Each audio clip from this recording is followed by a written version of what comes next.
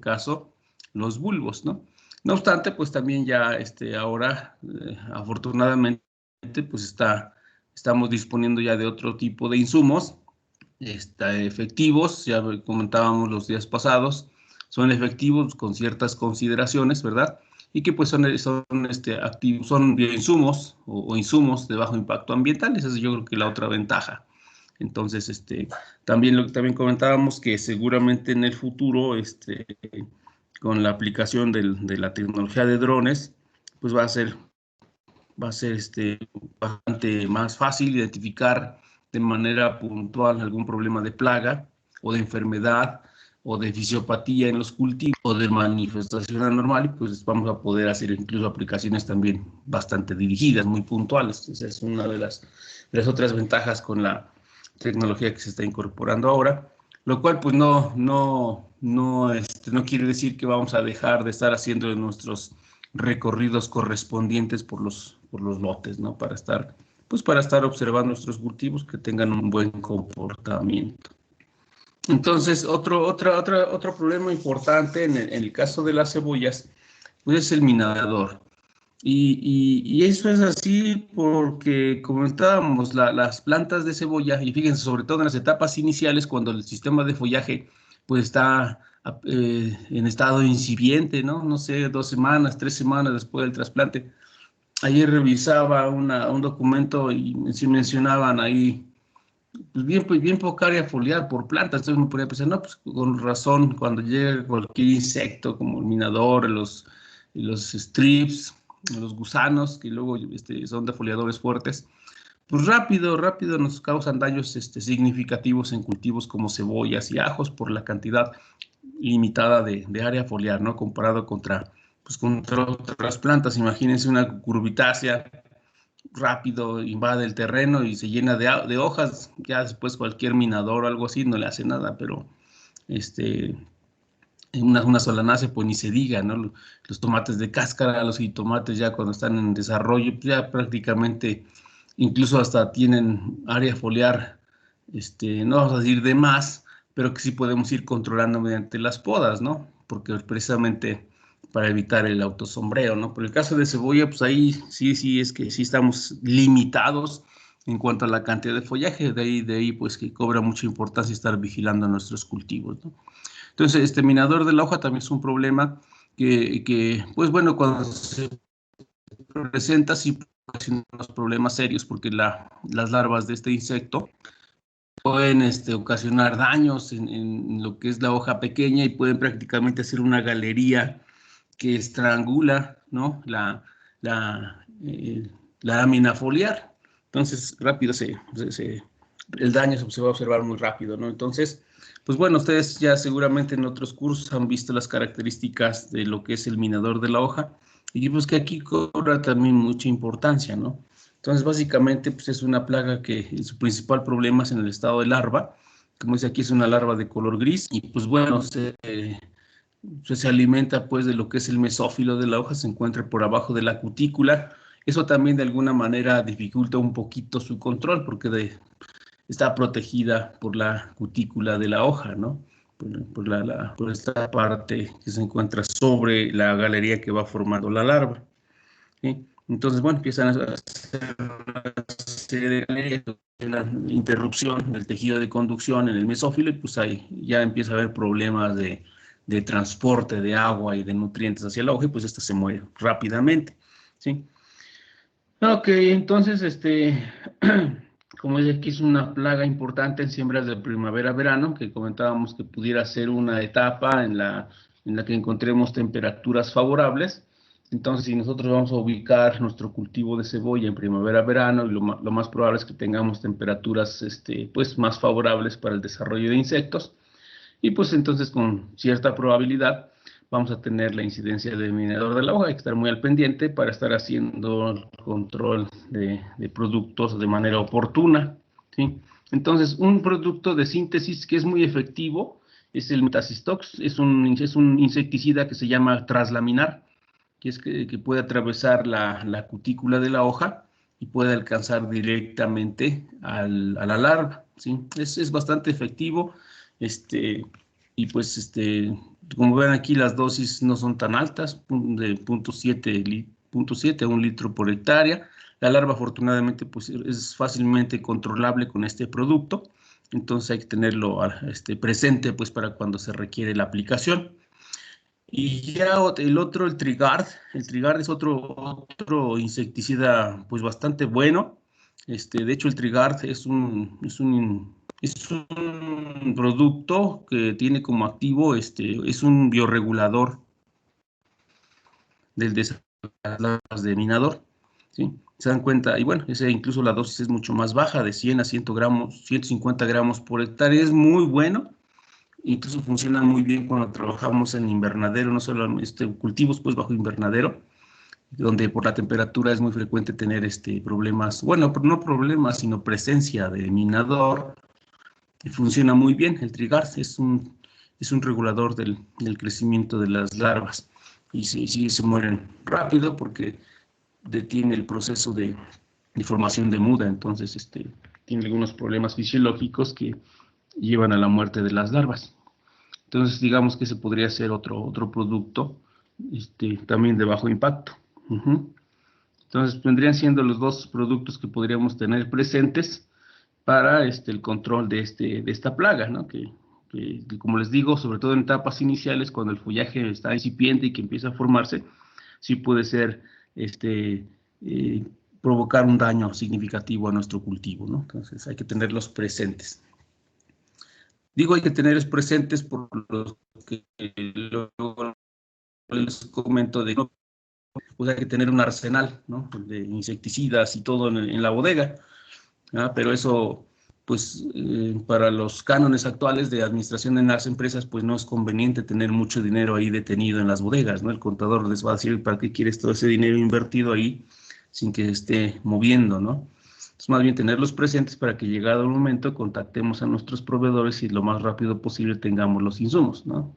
Y porque ahora ya igual, también se cuida mucho eso, la circulación del dinero y evitar que se encuentre mucho tiempo ahí en las bodegas detenido, ¿no? Con nuestros insumos. Ok, otra plaga pues, son los thrips. Ya en algunas imágenes veíamos por ahí las deformaciones que suelen provocarse por la presencia de altas densidades de thrips en las hojas. Esta plaga la vamos a ubicar principalmente en la región del cogollito, donde están saliendo las hojas nuevas de la planta de cebolla. También ocurre en ajo y en poro. Entonces ahí como se protegen de la luz, del viento y de las altas temperaturas y para evitar deshidratación y aparte de que como está bien junto ahí el tejido de nuevo crecimiento, pues estos insectos fácilmente pueden llevar a cabo su actividad para alimentarse, que es básicamente un raspado sobre la superficie de las hojas nuevas, en donde la cutícula pues es muy delgadita. Ajá. Entonces ahí los vamos a encontrar pues, concentrados o amontonados, como querramos decirle. Y siempre, aunque tengamos un buen control de thrips, cuando nosotros observemos una planta de cebolla, siempre vamos a encontrar thrips, 2, 3 thrips que andan por ahí moviéndose, que saltan de un lado a otro. Pero si nos descuidamos, pueden ocurrir estas situaciones. También pues hay que mantenerlos en bajas densidades. De hecho, a veces hay quien en alguna aplicación que lo permite, o hay quien aplica incluso agua con azúcar, ¿verdad? Como forma para bajar las poblaciones del agua con azúcar, pues al descender por el canalito de la hoja y llegar aquí a lo que es el cogollo, va a secarse el agua, pues que se hace pegajoso esa mezcla y quedan adheridos los thrips. Y pues bueno, como requieren de estarse alimentando constantemente, al quedar fijados ahí pegados unas horas, pues prácticamente mueren muy rápido por inanición. Esa es una forma. La otra es pues ponerle los insecticidas que vamos a ver más adelante, ¿no? Entonces, eso provocan estos pues manchitas que ya hemos comentado, ya vimos en algunas imágenes, ¿eh? Manchas dice aquí de color gris plateado, que es el daño, más bien es el tejido que ha cicatrizado después de la raspadura que hacen con sus aparatos bucales los thrips, ¿sí? Dice bueno, eso ya los conoces, son pequeños insectos alargados de color marrón, algunos son de color claro, a veces cuesta verlos un poquito porque la región del cogollo de la planta de cebolla tiene un color entre verde y amarillo, así, pálido, entonces a veces cuando son de color claro cuesta un poquito verlos, pero se logra notar pues por el movimiento que tienen, ¿sí? Entonces, como dice aquí, se encuentran básicamente en las axilas de las hojas, que es la región del cogollo, donde están saliendo las hojas nuevas. Entonces, dice aquí que predominantemente vamos a tenerlos presentes en los ambientes con temperatura alta y ambiente seco. De hecho, en la época de lluvias, puede bajar un poquito su población, básicamente porque como se ubica en el cogollo, el agua que se acumula ahí también puede disminuir la cantidad de trips por planta de cebolla, ¿no? Entonces, por ejemplo, algunos productos que podemos tener por ahí presentes para controlar este problema son insecticidas como el paratión metílico, es uno de los más económicos, entonces muy fáciles de encontrar, incluso a dosis bajas se puede controlar sin ningún problema.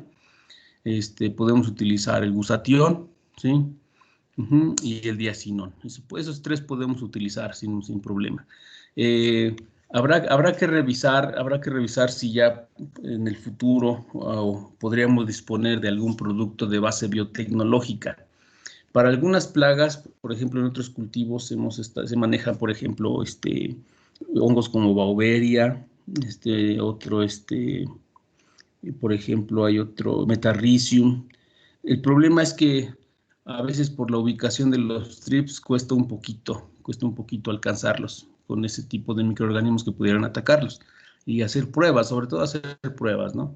Pero por lo pronto estos son los que podríamos tener presentes para en caso de que pudiéramos ver algunos daños por trips. Lógicamente los daños por trips, como dice aquí, los vamos a identificar por algunos cambios de color sobre la superficie de las hojas cercano a la hoja, a la región del cogollo, y pues hay que estar revisando, como les comentaba, es conveniente todos los días estar revisando nuestros cultivos para pues detectar la presencia de algún problema, ya sea enfermedad, ya sea alguna plaga, y pues actuar lo más pronto posible, ¿no? El gusano soldado también es otra plaga importante en el cultivo de cebolla, y pues porque como se ve aquí es una plaga que pues en que su etapa de larva, y cuando están pequeñitas, pues y bueno, cuando están grandes, bueno, cuando están pequeñitas se caracteriza porque están todas juntas por ahí amontonadas, después empiezan a separarse y son gusanos bastante grandes, pues que nos comen el follaje, o sea, empiezan a devorar la parte del mesófilo y pues prácticamente tiran las hojas, ¿no? Y cuando son pequeñitas, se observan daños. Es muy característico porque en la plantación de cebolla, algunas plantas manifiestan más o menos como un tercio o un cuarto, digamos que el tercio o el cuarto superior de la hoja se dobla. Hagan de cuenta que alguien la quebró, pero uno al observarlo no está quebrado, está doblado, pero al enderezar la hoja, ahí vamos a encontrar en ese doblez, en la parte interna del doblez, vamos a encontrar la perforación que hizo la larvita para entrar a la hoja, ¿sí?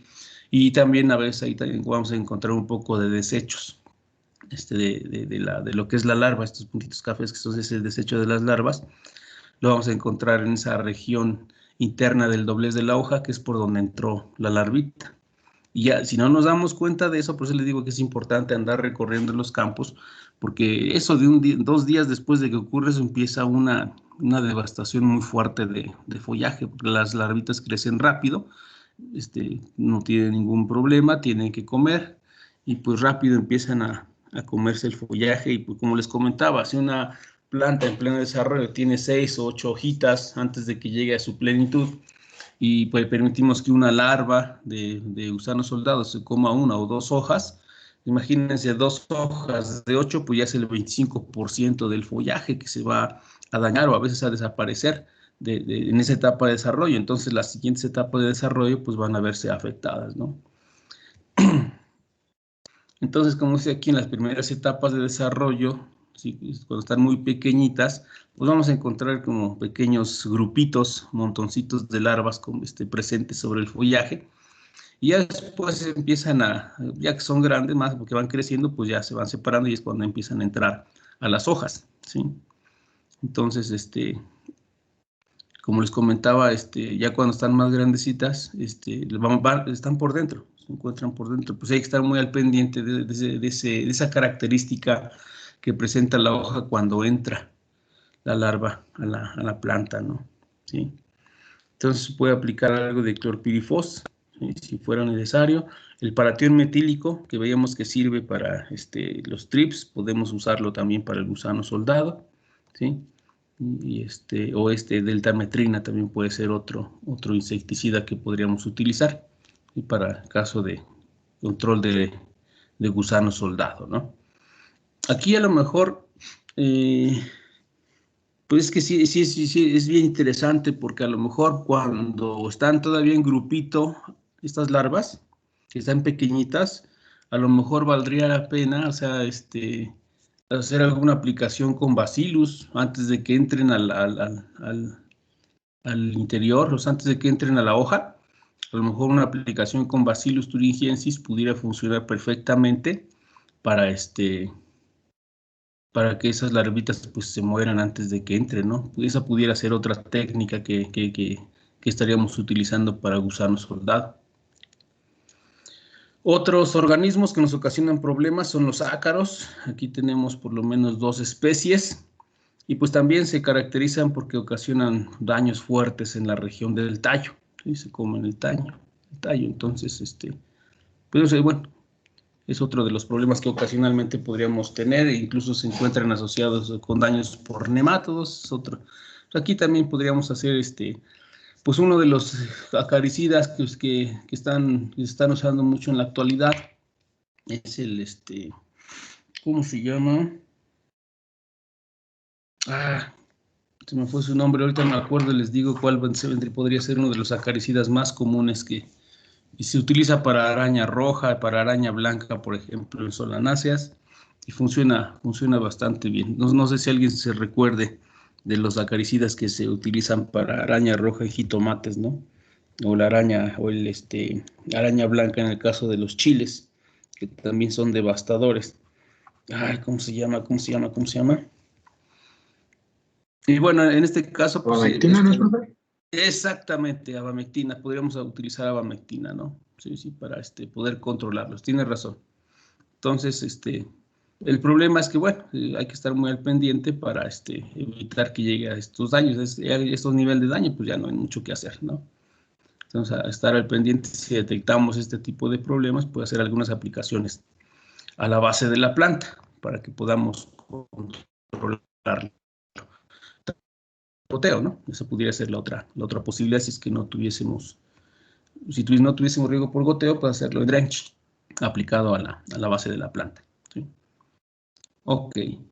Entonces, pues, como les comentaba, es importante en los cultivos de hortalizas como que son cultivos, pues, muy costosos. La verdad es que son cultivos muy costosos. Ya comentábamos que simplemente el costo de la semilla puede andar entre 5,000, 6,000 pesos una unidad de semilla. Si vamos a poner, pues, en promedio 3, pues estamos hablando de por lo menos 15,000 pesos de costo de semilla.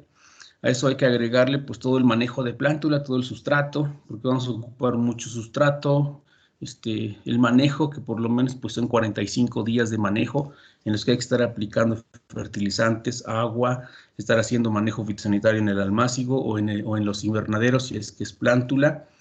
Luego todo el proceso de preparación del terreno, ya vimos que pues hay que hacer las actividades necesarias, desde el desvare, el subsoleo si es necesario, pasos de arado, pasos de rastra. Si se tiene rototiller, pues se usa un rototiller, si no, pues al menos otro paso de rastra. Y se concluye pues con el surcado. Ya comentábamos que dependiendo de las características del suelo, respecto del movimiento del agua, pues vamos a elegir ciertas magnitudes. También entra en juego ahí las características en cuanto a dimensiones de la maquinaria, que es la que vamos a estar utilizando después del establecimiento, que nos ayude a hacer más rápido y mejor las actividades culturales, ¿no? Que básicamente en el caso de cebolla veíamos que cobra mucha importancia las escardas para evitar presencia de altos contenidos o acumulaciones de agua en el suelo que pudieran crearnos algún microambiente favorable tanto para la incidencia de enfermedades del suelo que se desarrollan pues en el suelo y que atacan el sistema subterráneo, como para enfermedades que se encuentran en el follaje, sobre todo en etapas ya más avanzadas, cuando la circulación de aire entre las plantas desarrolladas pues es más limitado y que puede favorecer la manifestación de algún problema que ya veíamos como alternaria, como mildius, ¿verdad? Botritis principalmente, ¿no? Entonces cobra importancia esa parte. Y pues está revisando, como les comentaba, pues todos los días la gente está revisando los cultivos de norte a sur, de este a oeste y en diagonal, precisamente para que no se vaya a ir por ahí algún detalle, ¿no? Eso sí es de cajón, pues para poder identificar alguna manifestación anormal lo más rápido posible y pues que tengamos la posibilidad de ir controlando esos problemas para que no se nos conviertan en algo catastrófico para nuestro cultivo, ¿sí? Por la cantidad de follaje limitado, ¿no?, que la planta puede disponer, ¿no? Entonces las escardas son bien importantes, fíjense, para estar ventilando el suelo, ¿sí? Entonces, y evitar que, como les comentaba, sobre todo en estos sistemas de muy alta densidad, pues hay que estar muy al pendiente, no estar monitoreando aquí al centro de las camas, no basta con ir por el surco, sino ir abriendo en ciertos puntos las plantas que se encuentran en las camas de siembra para identificar cualquier situación anormal, ¿no? Ahora, como comentábamos, ¿no? Por ahí veíamos o comentábamos las condiciones ambientales que requieren las enfermedades. Entonces, pues cuando tenemos ambientes húmedos, sobre todo húmedos, pues hay que estar tener muy presente la aplicación de fungicidas de contacto, ¿no? Principalmente, para prevenir la incidencia de alguna enfermedad, en virtud de que tenemos el factor ambiental adecuado para ello, ¿verdad? Ver la temperatura también para determinar cuál enfermedad es la que nos puede atacar, si es alternaria, si es peronóspora, y hacer la aplicación correspondiente, ¿verdad? ¿Sí? Y la otra, pues, estar ahí haciendo las prácticas de fertilización. Cuando no tenemos fertirriego, pues lo hacemos con maquinaria normal, ¿no? Aquí en este caso se está aplicando un poquito también, bueno, se va aplicando algo de azufre agrícola, ¿no? Por eso luego se ve mucho polvo. ¿Sí? Se aplica algo de azufre agrícola precisamente para complementar el requerimiento de azufre de las plantas de cebolla. En este caso, pues sin querer, el azufre que va cayendo sobre las hojas también puede servir como fungicida, ¿no? ¿Sí? Entonces es otra práctica, pues aparte de ir aflojando el terreno, ¿no? Y pues estar al pendiente, estar haciendo aplicaciones, como les comentaba, ya en las etapas de llenado, valdría la pena tener en consideración alguna aplicación de micronutrimentos al follaje, pues para favorecer precisamente la translocación de fotoasimilados hacia el bulbo, ¿verdad? Estar haciendo los riegos oportunos, ¿sí? Como les comentaba, lo más frecuente posible. Si se dan cuenta que pues va la línea de plantación y aquí ya estamos en pleno llenado de bulbo en un sistema de riego rodado, que también funciona perfectamente, ¿verdad? Y pues ir ajustando pues la maquinaria de acuerdo a la altura de nuestros cultivos, ¿no? Y hay que estar muy al pendiente siempre de que no se nos vaya a salir de control o se nos salga de las manos pues el crecimiento o el desarrollo de alguna enfermedad. Y pues bueno, eso hay que estar haciéndolo hasta llegar a ver ya la senescencia del follaje, el doblamiento o el doblado del pseudotallo, que pues ya nos indica que el bulbo está llegando a su madurez, a su máximo tamaño. Ya nomás esperamos la deshidratación total, bueno, más avanzada del follaje para que todas las reservas de esas hojas se canalicen al bulbo y alcance su mayor peso y firmeza y proceder a la cosecha, ¿no? Entonces, básicamente es así como se deben observar los bulbos ya próximos a la cosecha, ¿no? En esta etapa, pues, como ya no se aplica agua, precisamente para acelerar el doblamiento del pseudotallo y que las reservas de las hojas se canalicen al bulbo. Entonces, hay que estar lidiando, revisando, pues determinando qué producto vamos a utilizar, identificar adecuadamente el problema que hay que controlar, en fin. Entonces, pues bueno, ya veamos lo de plántula. Vamos a comentar un poquito ahorita esta parte, ¿no? De los trasplantes, ¿sí? Entonces ya se recomienda, ya que la planta está lista, incluso cuando vimos lo de producción de plántula, comentábamos algo del tratamiento pretrasplante que hay que darles a las plántulas. En el caso de las charolas, pues bueno, lo que se hace es, antes de sacar las plántulas, se hace una inmersión de las charolas en el invernadero todavía, o la aplicación a veces con regadera, según las posibilidades, de alguna mezcla que lleve un fungicida, un insecticida, pues puede ser un promotor de enraizamiento, ¿no? Se puede aplicar ahí al cepellón para que la raíz alcance a absorber parte de eso, ¿no? ¿Sí? Cuando hacemos, por ejemplo, preparación de plántula de la que manejamos en almácigo en suelo, pues también se recomienda que una vez extraída la planta, una vez que se ha podado la raíz, porque a veces la raíz es muy larga, hay que cortarle una parte de la raíz para que al colocarla en el terreno no quede por fuera. Entonces se corta la raíz, se hace una poda de raíz, de hoja, y se recomienda y también hacer unos segundos de inmersión en una mezcla de agua con Captán para proteger las heridas que hemos provocado a las podas, ¿no? De esta manera la planta pues ya va protegida al terreno, ¿no? Donde lo vamos a colocar.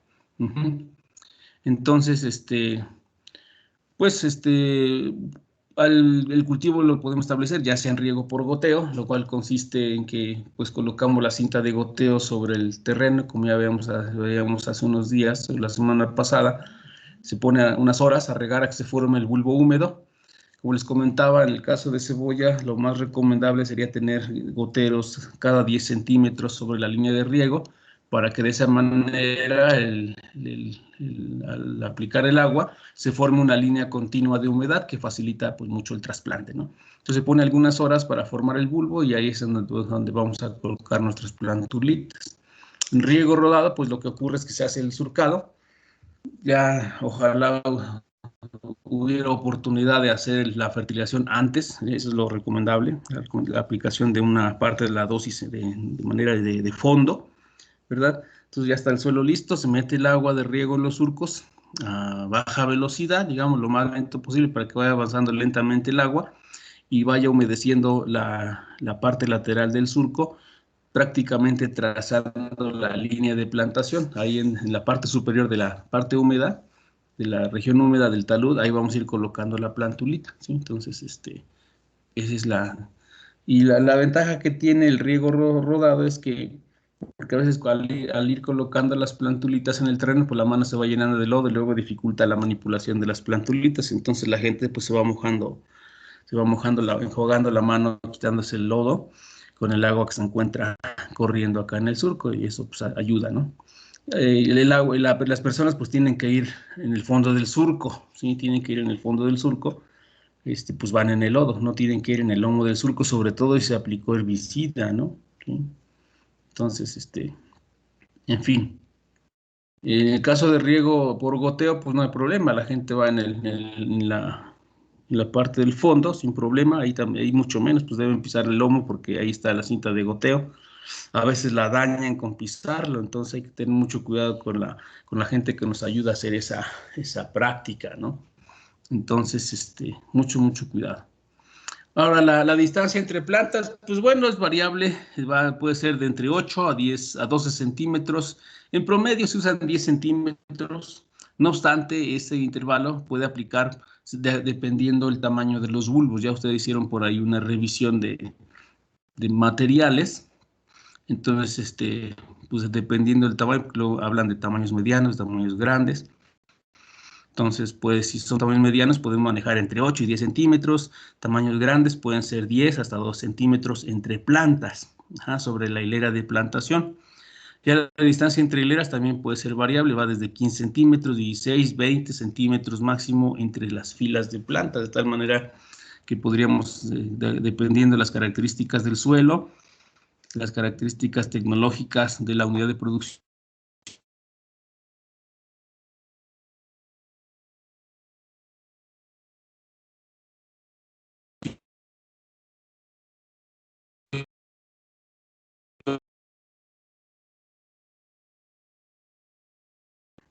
ya respecto al manejo del agua, pues va a depender de las etapas de desarrollo que ya mencionamos por ahí, que la 1 y la 2 son, y tal vez la 2 es la más crítica, que consiste en la etapa de llenado, ¿no? ¿Sí? lógicamente pues ahí entra en juego el suelo y el clima, ¿no? Si es un suelo con mayor contenido de arcilla o de materia orgánica, pues tendrá una mejor capacidad de retención de humedad. Si es un ambiente muy seco, pues lógicamente hay que estar regando con mayor frecuencia, ¿no? Bueno, pues ahí está lo del trasplante.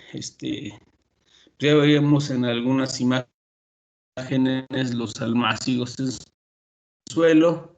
La otra posibilidad pues, eran las charolas, ya con una planta por lo más robusto posible. Y como les comentaba, es necesario cortar la raíz, dejar más o menos una pulgada de raíz. Eso implica cortar a veces como otra pulgada. A veces también se recomienda, si el follaje es muy alto, pues se recomienda darle una podadita al follaje para que no se nos vaya a caer al momento del trasplante. Ya que se preparó de esa manera la plántula, pues se coloca en cajas que hay que llevar al campo. Entonces es bien importante tener bien organizada la gente para el trasplante, ¿no? A lo mejor a ustedes les va a tocar esa parte o a lo mejor van a tener ya algún responsable del personal en el campo, pero lo que sí es que hay que evitar pues que la gente ande por ahí pues haciendo otras cosas menos lo que le corresponde, ¿no? Pero para el caso de cebolla, en promedio se andan ocupando unas 20 gentes, 20, 22 personas. Tal vez pudieran ser 20 en el caso de riego por goteo, o a veces menos. Yo creo que en goteo se han de llevar como unas 17 gentes. Pero ya en riego rodado sí es un poco más lento, pues por el manejo del agua que se tiene que ir controlando, la entrada y salida, la apertura y cierre del agua en los surcos, y aparte, pues la gente va en el agua, ¿no? Ahí es más lento, entonces se ocupa más tiempo. Entonces tiene que haber gente abasteciendo la plántula para que las personas que van colocándola no tengan que ir a la orilla por la plántula, sino que se van colocando cajas en medio de los surcos e incluso alguien que le lleve la planta para que quien lo va colocando no tenga que estarse desplazando y perdiendo tiempo para pues que se avance lo más pronto posible, ¿no? Como les comentaba, en el caso de goteo, pues lo que se hace es poner a trabajar el sistema unas cuantas horas antes del trasplante para después proceder a colocar las plantulitas. Como les comentaba, es importante esto, ¿no? Siempre cuidar que quede bien derecha la línea de riego sobre la cama de surco, precisamente porque nos va a servir de guía de plantación. Porque es bien curioso que luego tenemos las líneas de goteo y ocurre esto.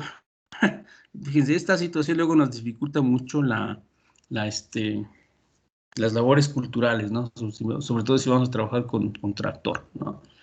Aquí esto ocurre pues porque aquí no hubo o sea, aquí lo ideal es que hubiera habido agua de riego, pues esto va a ser riego rodado. Aquí se hizo un trasplante en seco. A veces se puede recomendar si no es mucha superficie, ¿no? Para evitar que la planta quede expuesta muchas horas a la sequedad.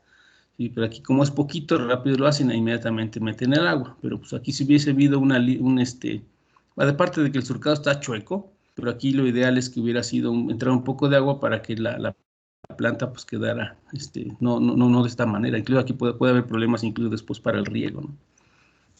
O sea que es algo de lo que no deberíamos de hacer. Y bueno, aquí en la imagen de abajo tenemos un sistema de riego de riego rodado. Vean ustedes cómo la altura del agua en los surcos pues nos determina la línea de plantación en donde pues después se va a estar regando por transporo todo esto, todo lo que es la región del sistema de raíces de nuestras plantas. Aquí en la foto pues una imagen también ya en la etapa de llenado de los bulbos, ¿no?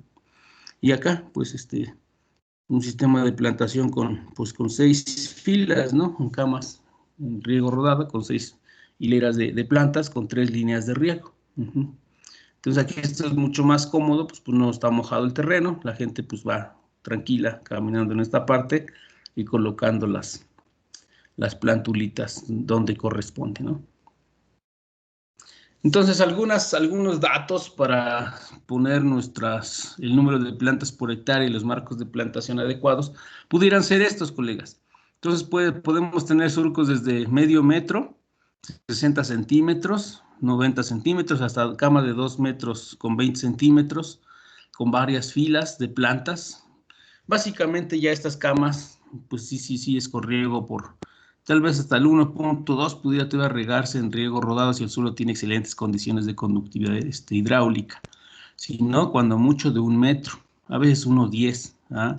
Ya de 1.2 en adelante, lo más conveniente es que se aplique para sistemas de riego por goteo con un mayor número de hileras por planta, ¿verdad? Y lógicamente con más de una línea de riego por goteo, ¿verdad? Va a depender, otra vez va a depender pues de las características de la maquinaria, ¿sí?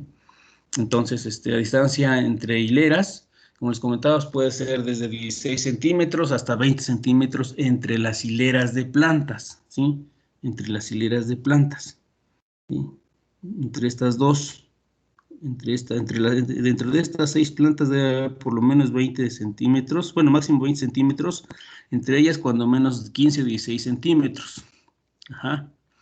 Y ya entre plantas, como les comentaba, puede ser de 8 centímetros hasta 12 centímetros, con un promedio de 10 centímetros. Va a depender un poquito el tamaño del material, bueno, del bulbo, del material que vamos a establecer en el campo, ¿sí?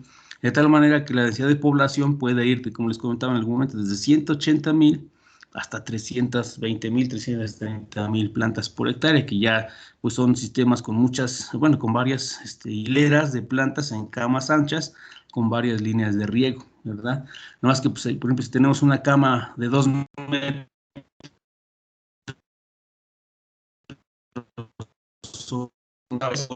lo ubicamos en un ambiente seco, en una región con ambiente seco, o bien en un ambiente en una región con un clima, digamos, normal como nuestro, pero sí tener mucho cuidado en la época de primavera-verano, cuando los niveles de humedad relativa se incrementan, para pues evitar que se nos presente un problema en la parte central de las camas, ¿no? Porque ya con muchas plantas, ya el riesgo de que haya alguna enfermedad, pues es altísimo, ¿sí?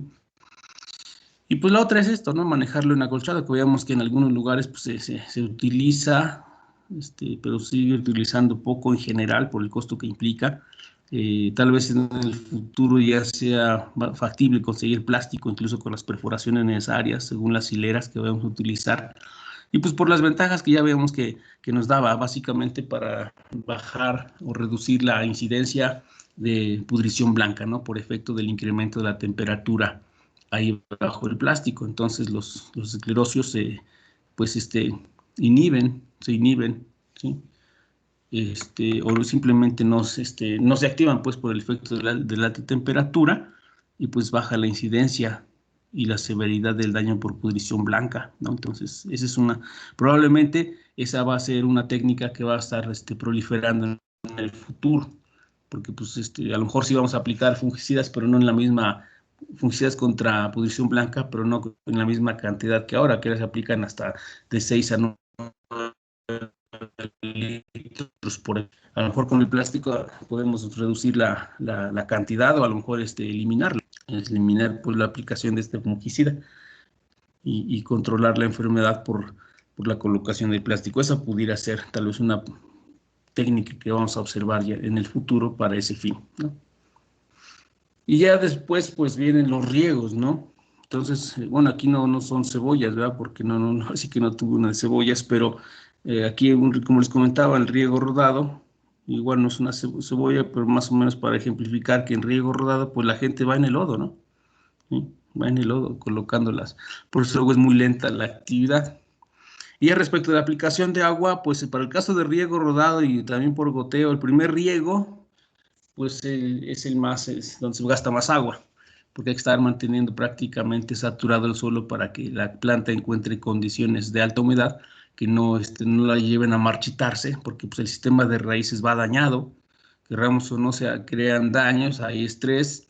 Si bien es cierto, se recupera muy rápido, pero pues es una etapa de estrés que precisamente por ahí en algunas de las presentaciones, algunos de sus compañeros nos comentaban que algunos bioestimulantes están recomendados para la etapa de trasplante, para ayudar a los cultivos a recuperarse lo más pronto posible. Ajá. Pero sí es importante mantener saturado el suelo para que la planta no tenga esas condiciones que le provoquen una situación de estrés por falta de agua. Porque como quiera que sea, pues tiene hojas expuestas que le van a estar demandando agua, pero va a tener un sistema de raíces, pues, a veces dañado por la poda, y pues que va a tener limitantes para llevar a cabo la absorción normal de agua. Entonces, debe estar saturado. Y el segundo, en el caso de riego rodado, el segundo riego también es fuerte, el sobreriego, pues para afianzar el prendimiento de las plántulas, ¿no? Algo que sí vale la pena comentarles es que durante el trasplante hay que evitar, hay que asegurar que la plántula quede bien afianzada al terreno, ¿sí? Por aquí veíamos por ejemplo, en este tipo de plantaciones, a veces para avanzar en los goteos, en los sistemas de goteo, a veces hay la gente se organiza para ir haciendo los hoyitos antes del trasplante. Entonces llega la gente que va a trasplantar y va colocando las plántulas. Entonces aquí lo que tenemos que hacer es que al colocar las plántulas, con los dedos cerremos el hoyo para que la tierra quede bien, o el suelo quede bien pegadito a la plántula, cubriendo totalmente la raíz, que no queden huecos de aire, porque en esos huecos se seca la raíz y se nos puede morir la planta. Entonces tenemos que asegurar que quede bien afianzada la planta al terreno, lo cual después se sella perfectamente con el agua y que también se logra después con lo que se conoce como sobreriego. Cualquier detalle por ahí que haya quedado en la plantación se resuelve con el sobreriego, que también es un riego pesado para asegurar el prendimiento de la planta. Los sistemas de riego rodado también, antes de darlos, es conveniente también hacer un recorrido porque a veces, por alguna razón, algunas plantulitas no prenden en el trasplante. Entonces, en el sobreriego, como también es un riego con mucha agua, aprovechamos para hacer un replante, ¿sí? O recuperar las plantulitas que por alguna razón no prendieron en la primera actividad. Esto se da unos 4 o 5 días después del trasplante. Cuando mucho no se debe dejar pasar mucho tiempo. Si lo podemos hacer a los 3 días, pues mejor, para que la planta no se estrese. Esos son los sistemas de riego rodado, ¿sí? Y ya los riegos posteriores pues ya van a depender del tipo de suelo, particularmente la textura, el contenido de materia orgánica, es decir, para aspectos que están relacionados a su capacidad de retención de agua, de la etapa de desarrollo, ¿sí? De la época del año, ¿sí? Lógicamente los intervalos de riego o las frecuencias de riego pues van a ser diferentes en primavera-verano que en otoño-invierno, ¿sí? Y cuando hagamos una fertilización o aplicamos fertilización al cultivo, se sugiere dar un riego, pues de alguna manera para también asegurar que el fertilizante se va a quedar ahí en el suelo, ¿no? Ustedes saben que en algunas regiones donde tenemos suelos, por ejemplo, con pHs arriba del neutro, de 7,5 o más, a veces, sobre todo cuando aplicamos urea como fuente de nitrógeno, podemos tener problemas de volatilización.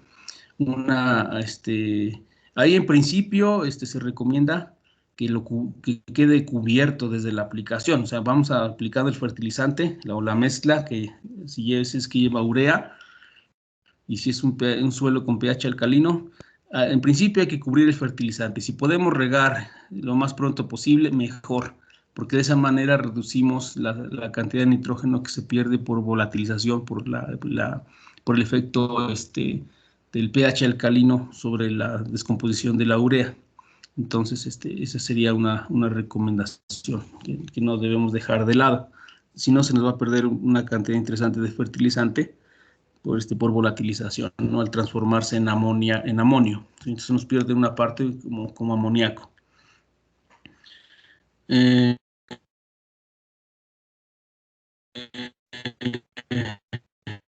Pues el suelo y pues de la disponibilidad de agua, ¿no? Ojalá pudieran ser más riegos, ¿sí? Y en el caso de riego por goteo, pues hay que mantener pues del 60 al 85%, el 80-85% del intervalo de humedad aprovechable que ya comentábamos, ¿no? Y pues bueno, ahí ya cambia la cosa porque con un sistema de riego por goteo y si tenemos los datos de las constantes de humedad, de capacidad de campo, de punto de marchitez, pues ya podríamos estar aplicando las ideas que estuvimos comentando en la parte general cuando hablamos del riego, ¿verdad? En donde ya nosotros determinamos a partir del intervalo de humedad aprovechable los porcentajes como límite máximo y como límite mínimo de contenido de agua, tal forma que me permitan un intervalo de humedad que yo voy a estar dejando que la planta consuma, ¿verdad? Y que cuando llegue a mi límite inferior, y que me va a indicar la lectura de un tensiómetro, pues yo hago un riego para recuperar ese volumen de agua que corresponde a este 20% del intervalo de humedad aprovechable, y yo sé que con ese volumen de agua llego a mi 80%, me baja mi lectura del tensiómetro y yo voy a estar manteniendo entre estas lecturas mi frecuencia de riego, ¿no? Entonces ahí más bien ya no hablamos de días, sino hablamos del valor que me esté indicando el tensiómetro para determinar el momento en el que yo debo aplicar el agua que ya el cultivo consumió, ¿sí? Durante este intervalo. Ajá. Entonces, pues ahí ya es diferente el asunto. Entonces se supone que de esa manera, como les comentaba, aseguramos que haya un colchón bastante bueno de agua, ¿sí? Del 0 al 60%, ¿sí? De humedad aprovechable. Es un colchón en donde están disueltos los nutrientes, ¿verdad? Y que la planta pues, todavía puede estar tomando. Pero entonces yo riego para que el volumen de agua se encuentre entre el 60 y el 80%, y esto es prácticamente el volumen de agua que la planta va a estar consumiendo en un intervalo dado. Pueden ser horas o pueden ser días, ¿verdad? Y dejamos un porcentaje por arriba del 80%, que en lugar de que esté lleno con agua, que dentro del intervalo de humedad aprovechable, pues va a estar lleno con aire, ¿no? Que le va a dar la posibilidad a la planta de estar haciendo sus funciones de respiración y todo lo que ocurre en la parte subterránea para tener un mejor proceso de absorción, tanto de agua como de nutrientes, ¿no? Entonces ya con esas consideraciones, pues estaríamos ahora hablando de la fertilización. En principio, pues hay que determinar cuánto vamos a aplicar. Y para eso, pues ya por ahí en las láminas anteriores se presentaban algunos valores de los índices de extracción nutrimental para el caso de cebolla y que podemos utilizar para calcular la cantidad de nutriente que vamos a aplicar.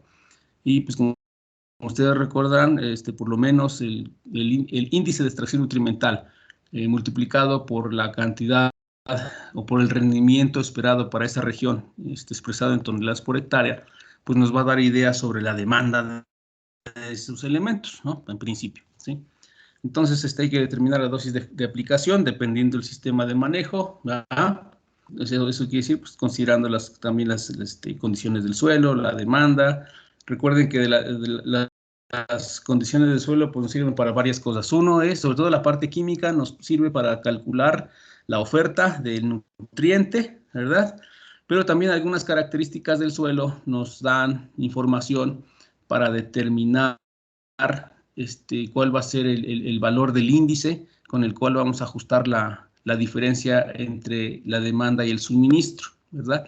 Entonces, por ejemplo, la textura, el contenido de materia orgánica y también la técnica de aplicación entra en juego o entra en escena de valor a ese índice, ¿sí? Por ejemplo, si es un sistema de riego rodado, el índice con el cual ajustamos la diferencia entre demanda menos el suministro, en lugar de ser 0.5, en lugar de que dividamos, por ejemplo, entre 0.5 la diferencia entre demanda menos suministro, en riego por goteo, como tenemos un mejor control y manejo del fertilizante, puede subir hasta 0.7.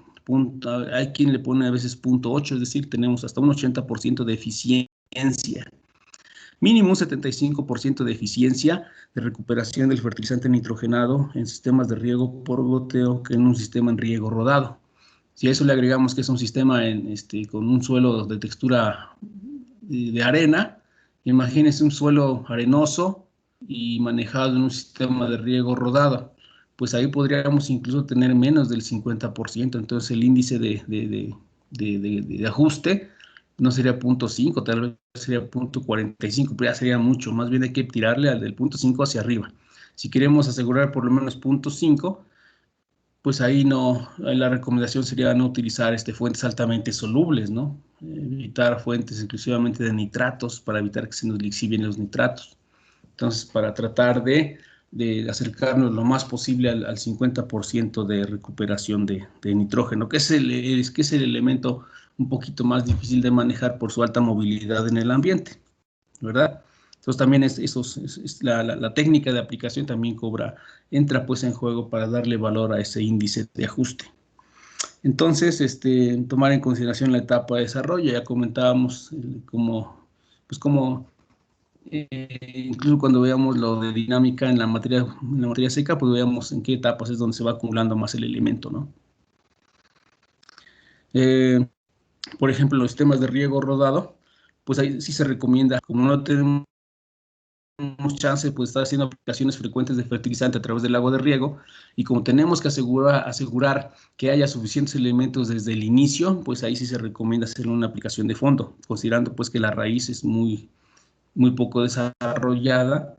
Hay que asegurar pues que haya fertilizante disponible desde las primeras etapas para que incluso ayuden a tener que nos ayude a constituir un mejor sistema de raíces, ¿sí?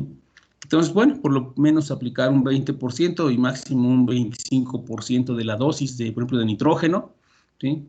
Ahí sobre todo el nitrógeno. Podemos aplicar el 100% del fósforo y también una parte igual que el nitrógeno del potasio, para que haya un poco de los tres elementos por lo menos al inicio. Y como les comentaba, para el caso de aliáceas, ahí podríamos estar aplicando también algo de azufre o todo el azufre, o el azufre, como les comentaba, aplicarlo también durante el surcado. Eso puede también ser una buena opción, ¿sí? Y si no, pues se aplica una parte mezclado en la fertilización de fondo, y también en las siguientes aplicaciones hacer aplicaciones de azufre mezclado con los fertilizantes que voy a estar aplicando en las siguientes fracciones. Ajá. Y a las aplicaciones siguientes, pues va a depender, ¿no? En riego rodado dice ahí que la frecuencia de aplicación de fertilizante pues va a depender también de la textura del suelo. Ahí por lo menos sería muy bueno hacer unas 3 después del trasplante, algo que se llama fertilización de cobertera, ¿no? Después del trasplante ya se hizo la de fondo, entonces el resto de las fertilizaciones por lo menos unas 3, ojalá pudieran ser unas 4, para tratar de aplicar el fertilizante de acuerdo a la etapa de desarrollo, ¿verdad? Y por ejemplo, en el caso de riego, es importante estar abasteciendo de la mayor cantidad de nitrógeno en las primeras 2 fertilizaciones, que corresponde a la etapa de formación de follaje, y no aplicar mucho fertilizante en la etapa de llenado, porque ya comentábamos que eso puede provocar el problema de la visión de los bulbos. Entonces, en el caso del riego rodado, sí tenemos que priorizar el fertilizante nitrogenado al inicio, ¿no? Empezando, no sé, 2 semanas después del trasplante, otra aplicación de nitrógeno, para que quede en los primeros 60 días la mayor cantidad de nitrógeno aplicado, ¿sí? Y dejar un remanente para pues, mantener el follaje activo en la fase de llenado, ¿sí? No hay que quitar el nitrógeno, siempre hay que estarlo aplicando, pero ya en menor cantidad para que no nos vaya a activar alguna yema vegetativa del bulbo y que se nos vaya a dividir, ¿sí? Tomar en consideración aspectos como la textura, principalmente para determinar cuáles son las mejores fuentes, ¿no? Fuentes de nitratos o fuentes de sulfatos, ajá, o mezclas, ¿no? También podemos aplicar las mezclas triple 16, triple 17, ayudándole al cultivo a cubrir su requerimiento nutrimental. Ya en riego por goteo, pues cambia totalmente el asunto, porque podemos estar aplicando cantidades muy pequeñas de nitrógeno al inicio. Realmente la demanda de nitrógeno al inicio es muy bajita, de todos los elementos es muy baja, realmente, porque hay muy poco follaje. Como les comentaba al inicio, pues el follaje apenas va creciendo, realmente la cantidad de biomasa presente es muy poca, entonces la cantidad demandada es muy poca, no obstante tiene que estar presente. Pero el riego por goteo nos da chance de estar haciendo aplicaciones muy bajitas de elementos, pero como lo colocamos ahí prácticamente al lado de la raíz, pues la planta lo va tomando, ¿sí?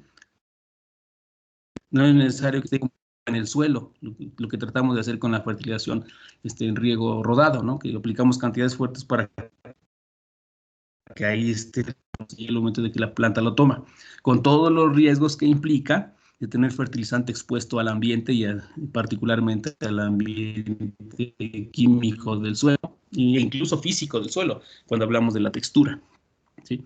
Entonces, en el caso de riego por goteo, incluso, pues ahí podemos estar aplicando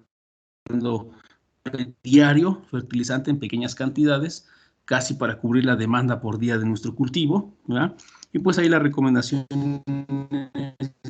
que usemos para asegurar que el fertilizante va a llegar sin problema a la zona donde está desarrollándose nuestra plantulita, ¿sí? La otra ventaja es que, bueno, el cultivo de cebolla nos permite hacer aplicación en banda de los fertilizantes, a diferencia de otros cultivos que se colocan no sé, a 50 centímetros entre plantas, pues ahí la aplicación de banda sí se hace, pero no sirve porque perdemos mucho fertilizante cuando las raíces aún están iniciando su desarrollo, pues el fertilizante que queda entre las plantas pues se pierde, ¿no? Se puede llegar a perder. En el caso de cebolla no hay problema, como están muy juntitas las raíces de todas las plantas ahí, pues la aplicación en banda ayuda a distribuirlo mejor en el terreno. Entonces, como les comentaba, en el caso del riego rodado, sí tenemos que evitar aplicaciones fuertes de fertilizante después de los 60 días, porque podemos nosotros provocar división de los bulbos, ¿no? Hay que enfocarnos principalmente en los 2 primeros meses después de las, no sé, 6 a 8 semanas, bueno, desde el inicio, pero máximo hasta las 6 a 8 semanas estar aplicando cantidades fuertes de nitrógeno. Después ya no, porque podemos división del bulbo. Entonces, en función de eso, una propuesta, algo que luego hemos manejado para cebolla, por ejemplo, ya una vez que se hacen los cálculos de demanda y suministro y el ajuste de acuerdo a las características del suelo y del manejo, incluso de la fuente, por ejemplo, una dosis de 280, 60, 240, 40 de potasio, calcio y magnesio. Aquí aplicamos más o menos, aplicamos en estos programas unos 50 kilogramos de azufre agrícola, ¿sí? Que bueno, no aparece aquí porque va a depender si es con ácido sulfúrico o qué fuentes de sulfato estamos usando para el sulfato de amonio, sulfato de potasio, sulfato de magnesio, ¿no? Entonces, aquí si ven ustedes, en la semana 1, pues estamos aplicando cantidades muy pequeñitas. Aquí puede haber dos opciones. Podemos hacer una aplicación de fondo, porque a veces el ácido fosfórico a algunas gentes se les hace costoso. Es costoso, pero tiene muchas ventajas, ¿no? Porque permite manejarlo muy bien en el fertirriego, incluso nos puede ayudar a ir acidificando un poquito la solución. Pero si fuera el caso, entonces lo que ocurre es que podemos hacer en una aplicación de fondo, en sistemas de fertirriego, donde aplicamos principalmente el fósforo, ¿sí? Y si acaso un poco de potasio, si acaso, y si no solamente el fósforo. Ya lo que es nitrógeno y los demás elementos los podemos ir aplicando en las distintas semanas. Si se dan cuenta, pues es bien poquito por semana, bien poquito. Pero como les comentaba, estamos aplicando prácticamente el fertilizante que la planta va a requerir ahí cerquita en la zona de donde está creciendo la raíz, ¿sí? Por eso es poquito, hasta llegar a completar. Y aquí se observan cantidades más altas de nitrógeno, ¿sí? Que es básicamente cuando tenemos mucho más follaje y esto representa pues el comportamiento de la materia seca. Y eso tiene que ver con estos datos. Estas tablas a lo mejor no lo encuentran en el libro de Floria que les compartí hace unos días, porque es una profesora Floria, ahí en Costa Rica, y es del 2000, tiene 2014, creo, 2016, no me acuerdo. Pero nos muestra cuál es el porcentaje de elemento absorbido de nitrógeno, fósforo, potasio para materiales de cebolla, ¿sí? Es un blanco, un rojo y un amarillo, ¿sí? Entonces vean ustedes, más o menos aquí esto está expresado en grados días de desarrollo, ¿sí? O grados días acumulado, ¿sí? Entonces, más o menos,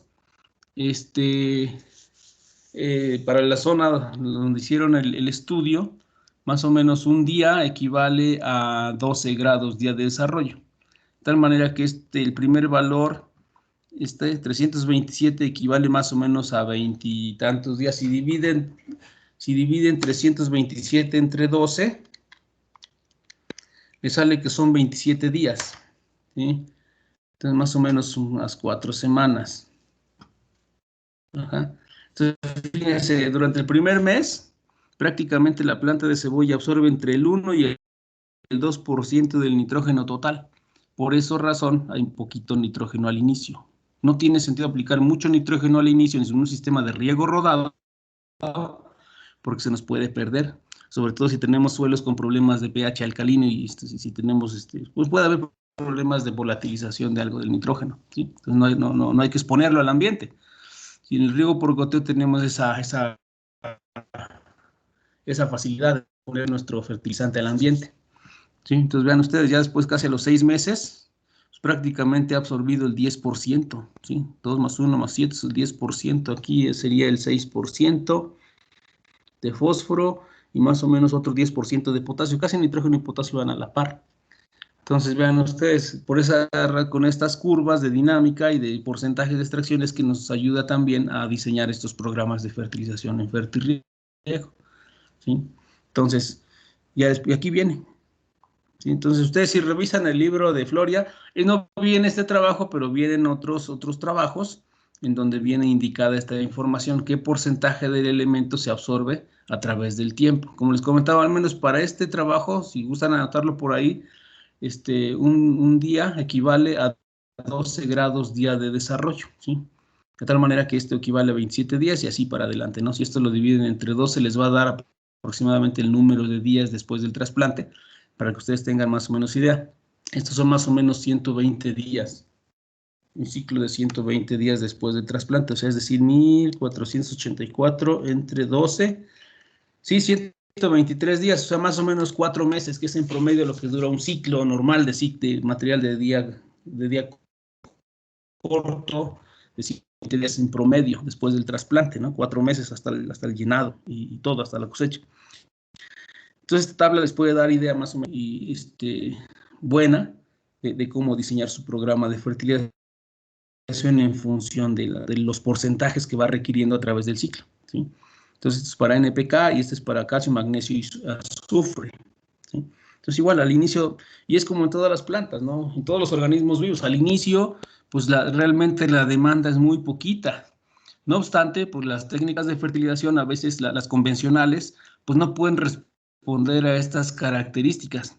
Es como cuando, por ejemplo, fíjense, hace rato hablábamos de que para los sistemas de riego rodado se recomienda pues del 20 al 25% de la dosis aplicada de fondo, ¿no? Pero ya vamos a colocar una plántula, fertilizamos 1 o 2 días antes y vamos a aplicar un fertilizante pues granulado, que no se disuelva inmediatamente, ¿verdad?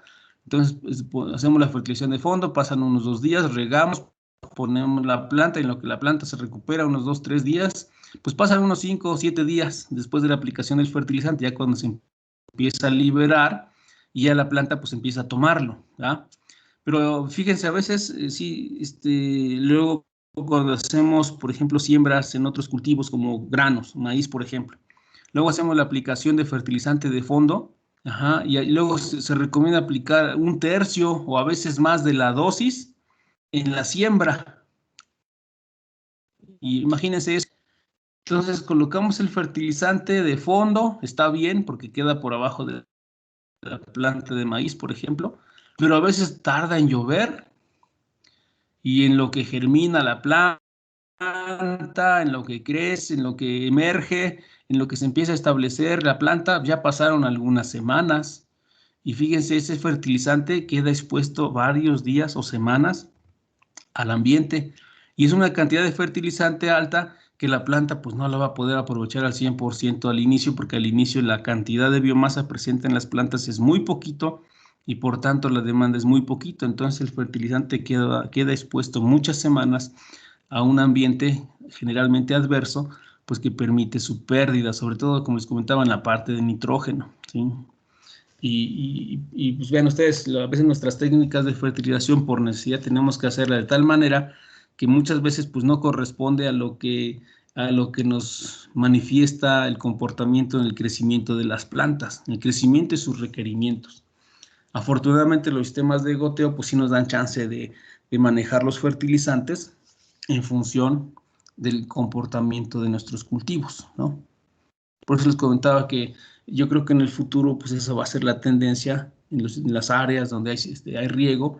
Aparte de que el sistema de riego nos permite ahorrar muchísima agua, pues también nos permite hacer una aplicación de fertilizante muy cercana al requerimiento, a la demanda en tiempo de lo que es el cultivo, ¿sí? Entonces, y de cada nutrimento para el cultivo. Entonces, yo creo que esa va a ser la tendencia en el futuro, por los problemas que ya empieza a haber por ahí de agua, ¿no? De disponibilidad de agua.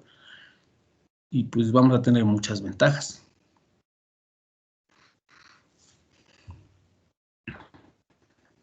Entonces, ya establecido el cultivo, pues como les comentaba, vienen algunas actividades que tenemos que hacer para ayudar a ventilar el suelo, sobre todo cuando hay presencia de alto contenido de agua en las regiones donde llueve, por ejemplo, o después de un riego rodado, si vemos que se hace una capa endurecida, pues hay que romperla para que haya buena ventilación en el sistema subterráneo. En los sistemas de riego rodado, pues como les comentaba, cada vez que hagamos o que apliquemos fertilizante, es conveniente cubrirlo. Hay que hacer ligeros aporques, no muy fuertes, porque si hacemos aporques muy fuertes, podemos llegar a deformar los bulbos, ¿no? No, solo debe ser una pequeña capa para que el fertilizante quede cubierto y que no se nos pierda,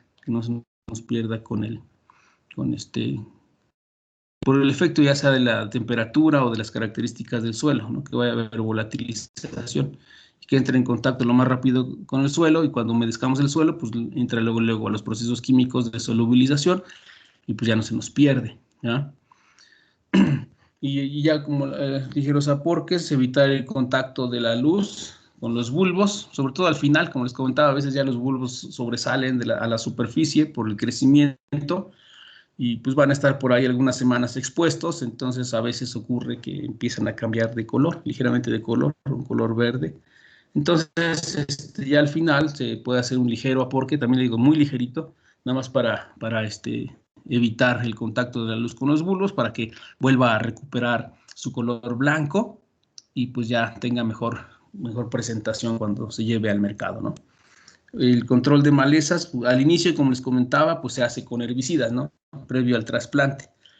Pero pues a veces ya cuando empiezan a meter maquinaria, empieza a entrar la gente, pues ya empieza a ver por ahí querer nacer alguna maleza, pues es conveniente pues meter gente, ya sea con azadones, o en algunas regiones se usan unas herramientas que se llaman aros, ¿sí?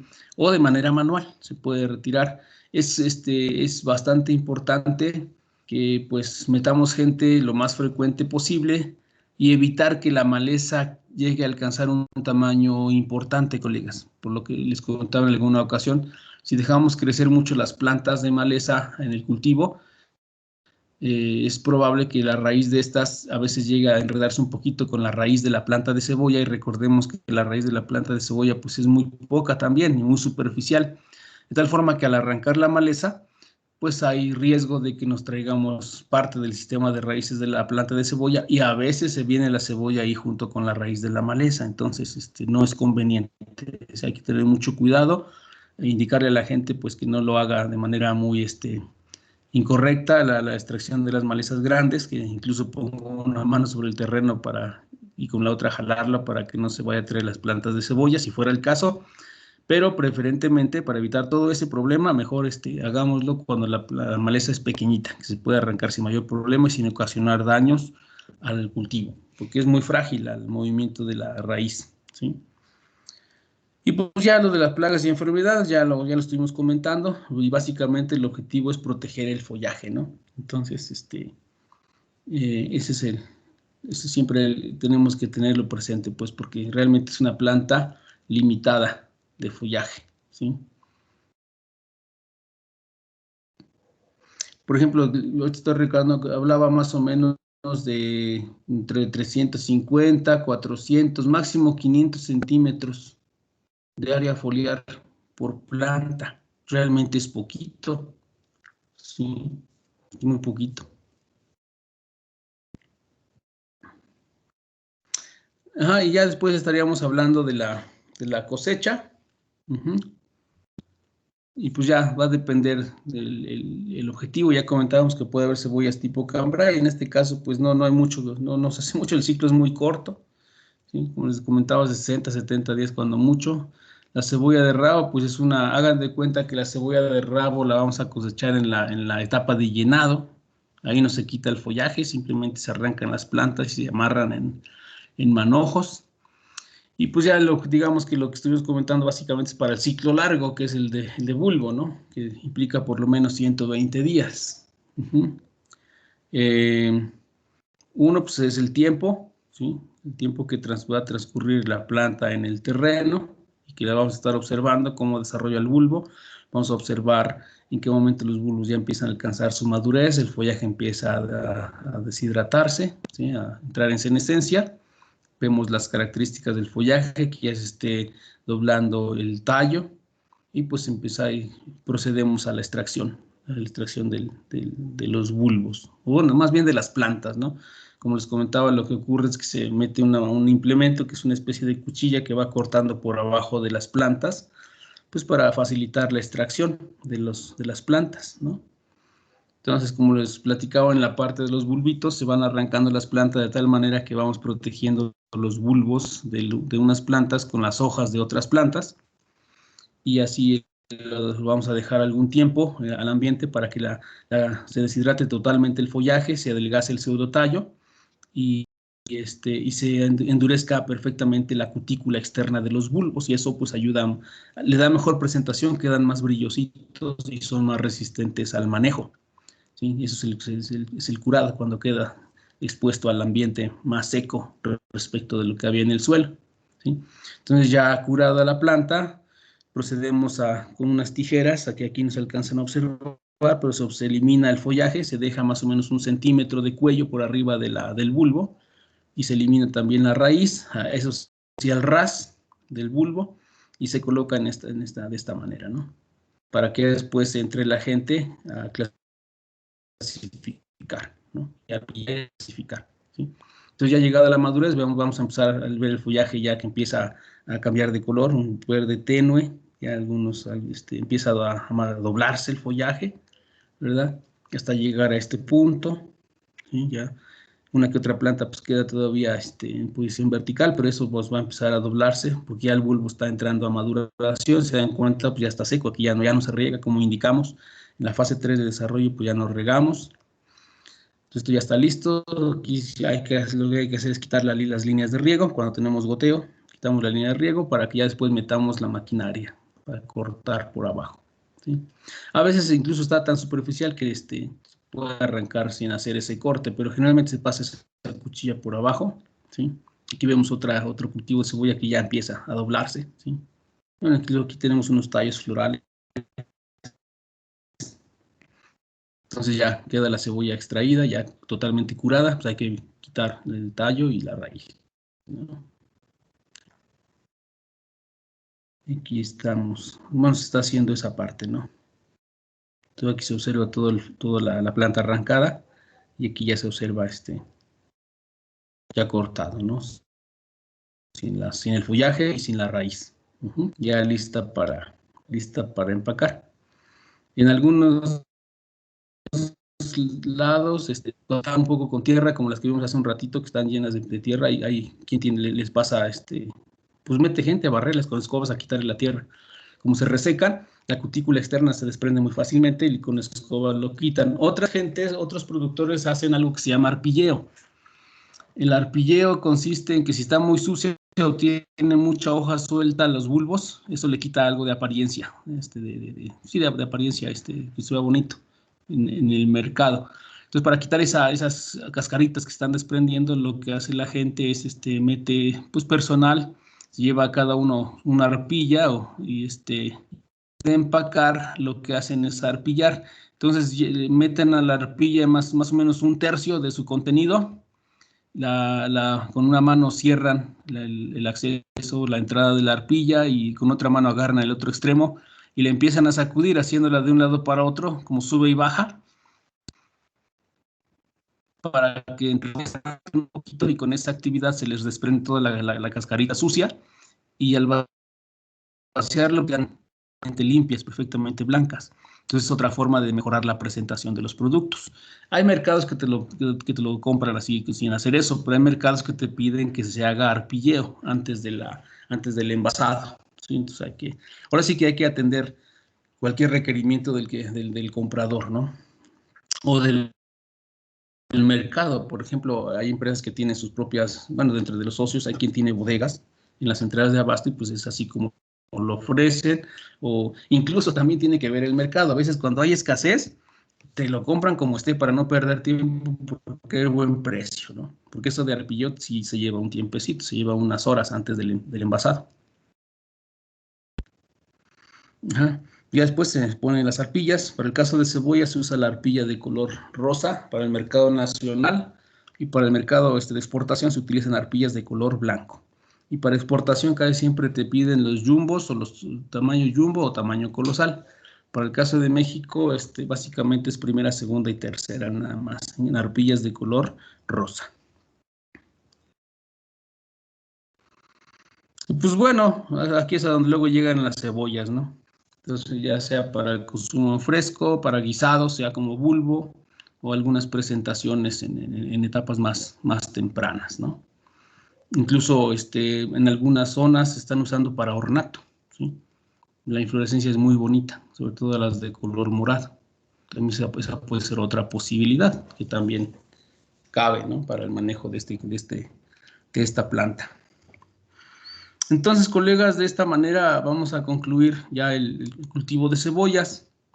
Ajá, entonces, no sé si tengan alguna pregunta, algo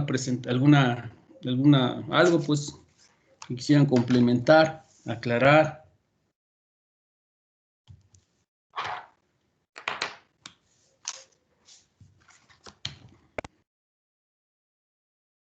No, no hay nada.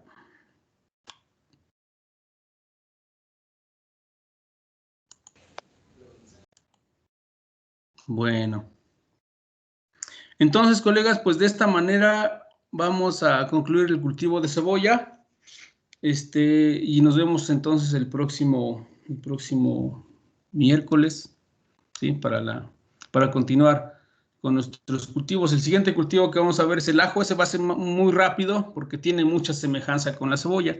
Simplemente vamos a ir recalcando algunas posibles diferencias. Pues sí, pues es muy semejante. Las plagas y enfermedades son semejantes. Los riegos, el manejo del agua, los fertilizantes, pues es muy semejante. Entonces va a ser un poco más rápido. O sea, prácticamente pudimos haberlos visto juntos, pero no, los preferí ver primero cebolla y luego vamos a retomar los de ajo y ese va a ser más rápido, ¿sale? Entonces, si no hay preguntas, colegas, entonces, pues gracias por el tiempo, por la atención y nos vemos el próximo miércoles. Pues que tengan excelente día y pues cuídense mucho, colegas. No salgan si no es necesario. ¿Sale? Un abrazo a todos y pues pásenla bonito. Sí, profesor, buen día. Gracias, profe. Gracias, profe. Buen día. Profe. Buen día, Adiós, profe. colegas. Cuídense. Buen día. Profe, ¿Sí? profe. Disculpe, el compañero González Díaz me dijo que tiene problemas de conexión y no se pudo conectar a la clase.